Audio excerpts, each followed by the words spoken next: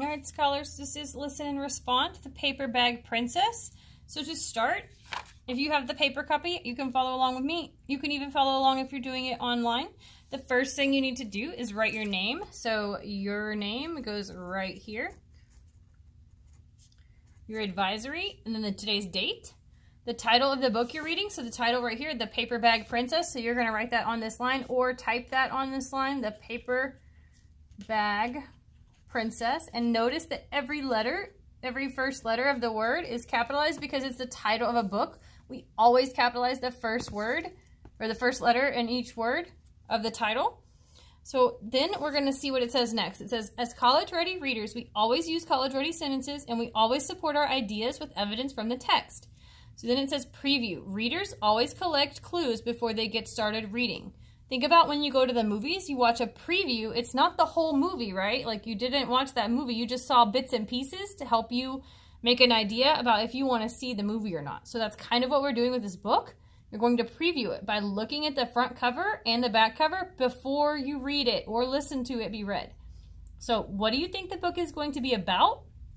Based off of looking at the front and back cover. And then why do you think this? So let's try this. So I see on the front cover, I see a little girl and a dragon. I see some puffs. I see some bones. Let's look at the back. Ooh, on the back I see fire being brought. Like the dragon is breathing a bunch of fire and the little girl's kind of cowering. She has a crown and she is wearing a paper bag. So then I can decide what I think this book is going to be about. So I'm going to say, I think the book is about a girl and a dragon. And I think this because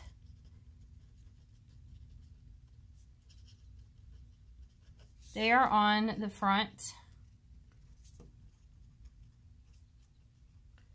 and back cover. So now I want you to come up with 2 more things that you think this book might be about.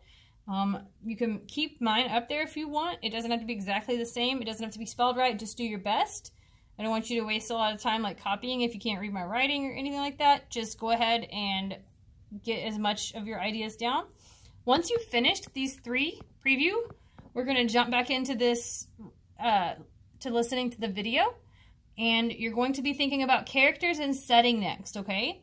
So characters are anything alive in the story, like people, animals that we're talking about in the story. And setting is, where is the story taking place? Is it at school? Is it at somebody's house? Is it in a forest? Like, where is it happening? Readers know that understanding the characters and setting of a story help them understand what's going on. So you're going to list the characters here, and then if you find out what you know about them, you're going to put those here. Then down here, what is the setting of the story, and how does the setting match with what is happening with the characters? So let's go ahead and read the story, and then when we find out who the characters are, we're going to jump back to our Respond and Blog document. So, The Paper Bag Princess by Robert Munsch, art by Michael Marchenko.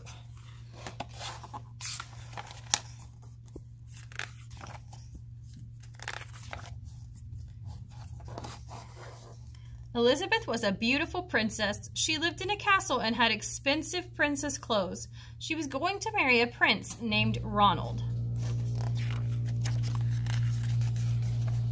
Unfortunately, a dragon smashed her castle, burned all her clothes with his fiery breath, and carried off Prince Ronald. So I'm going to pause right here because we already have 3 characters, so I'm going to go back to my Respond and Blog document. My first character was Elizabeth, so I'm going to write Elizabeth. So Princess Elizabeth. And let's see, it says she's beautiful. So that's something I know about her. She has a castle. And she has expensive clothes. Boom, done. Then she's going to marry Prince Ronald, so I'm going to put Prince Ronald. Then it said that a dragon smashed her castle, so dragon. So what do we know about the dragon? So the dragon smashed castles, so smashed castle. And he burned clothes. What else did he do? He took Ronald. So, do we know a lot about Ronald yet? Probably not, so let's leave that blank until maybe we come to some more info about Ronald. Let's jump back into the story and see what happens next. Elizabeth decided to chase the dragon and get Ronald back. She looked everywhere for something to wear, but the only thing she could find that was not burnt was that paper bag. So she put on the paper bag and followed the dragon. He was easy to follow because he left a trail of burnt forests and horses' bones.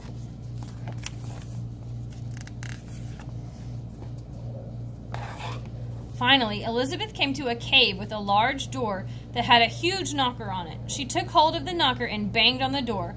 The dragon stuck his nose out of the door and said, "Well, a princess! I love to eat princesses, but I have already eaten a whole castle today. I'm a very busy dragon. Come back tomorrow." He slammed the door so fast that Elizabeth almost got her nose caught.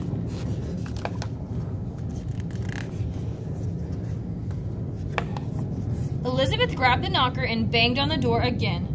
The dragon stuck his nose out of the door and said, "Go away! I love to eat princesses, but I have already eaten a whole castle today. I am a very busy dragon. Come back tomorrow." "Wait!"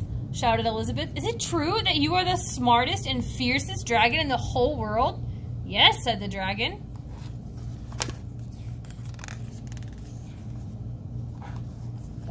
"Is it true," said Elizabeth, "that you can burn up 10 forests with your fiery breath?"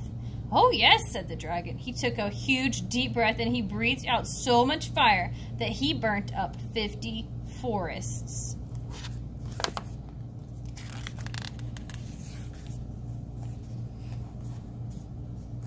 So we're going to pause right here and let's go back to our paper. Let's go ahead and fill in the part where it says what is the setting of the story. So the setting of the story is, where is this happening? So it seems like it's castle and dragon's lair, right?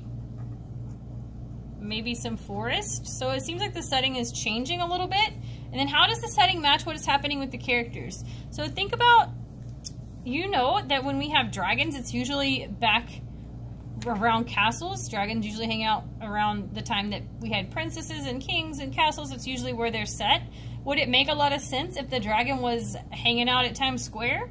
Probably not. So then why does this setting of a castle and the dragon's lair in the forest match with what's happening? So go ahead and write that there. And then we're going to make a prediction. So it seems like the princess is talking to the dragon and like kind of buttering him up. She's like telling him all these nice things about him. Like, "Oh, I've heard you're so amazing. Can you do this? Can you do that?" So what do you think she's doing that for? Why do you think, and why do you think that? What do you think might happen next, and why do you think this? So on this back part, you're going to fill in, "I think the princess will trick the dragon." And then I think this because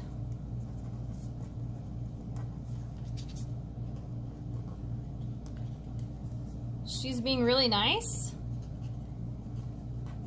even though he was really mean to her, right? So she's being really nice to him. Okay, and then now I want you to come up with 2 more things that you think might happen next.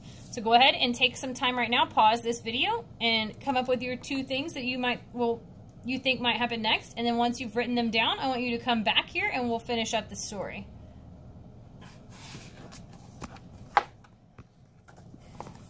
"Fantastic," said Elizabeth, and the dragon took another huge breath and breathed out so much fire that he burnt up 100 forests. "Magnificent," said Elizabeth, and the dragon took another huge breath, but this time nothing came out. The dragon didn't even have enough fire left to cook a meatball.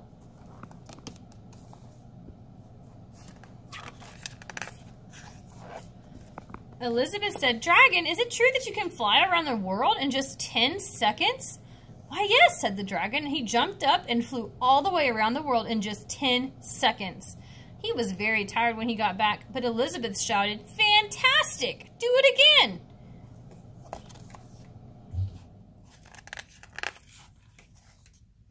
So the dragon jumped up and flew around the world in just 20 seconds. When he got back, he was too tired to talk, and he lay down and went straight to sleep.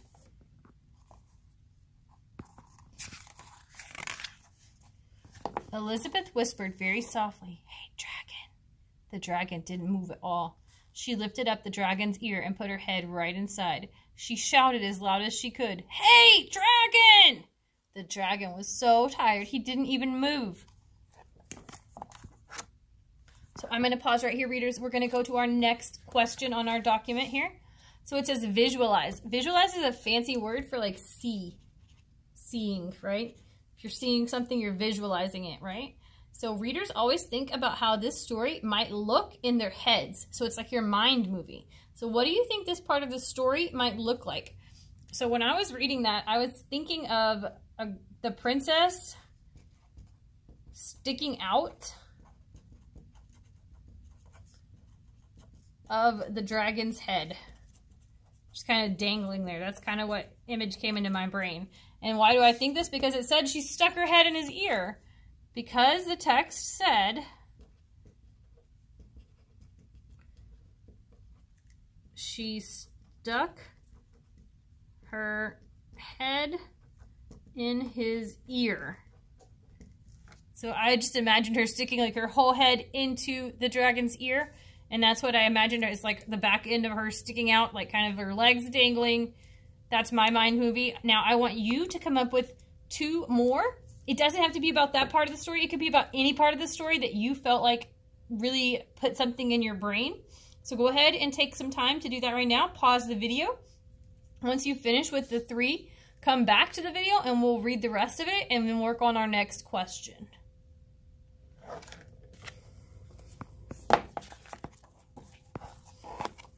Elizabeth walked right over to the dragon and opened the door to the cave.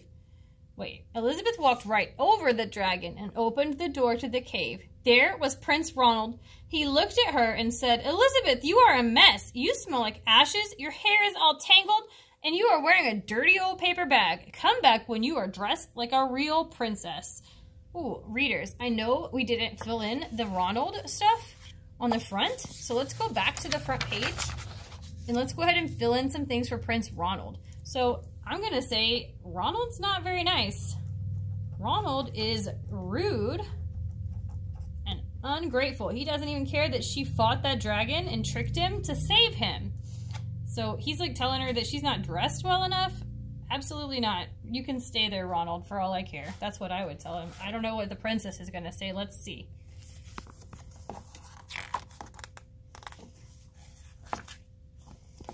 "Ronald," said Elizabeth, "your clothes are really pretty and your hair is very neat. You look like a real prince, but you are a bum." They didn't get married after all. Good job, Elizabeth. I'm proud of you. The end. Okay, so now let's go back over here to our summarized part of our document. Readers think about the most important parts of the book. So in your own words, you're going to give me a summary of the story that you just listened to. So when I say summarize, I don't mean tell me everything that happened. I want you to hit like the most important things, right? Because you don't want to give away the whole story. You just want to kind of tell the person a few things so that they know what this is about and they can decide if they want to read more. So let's go ahead and fill these in. So the story blank, title of the story. So we're going to take the title, The Paper Bag Princess. The Paper Bag Princess talks about Elizabeth, Ronald, and dragon. In the beginning of the story, what happens at the beginning? In the middle of the story, what happens next? And in the end of the story, what happens? So at the beginning, you're going to set up the intro, like what happened. So the first part was like the princess was going to marry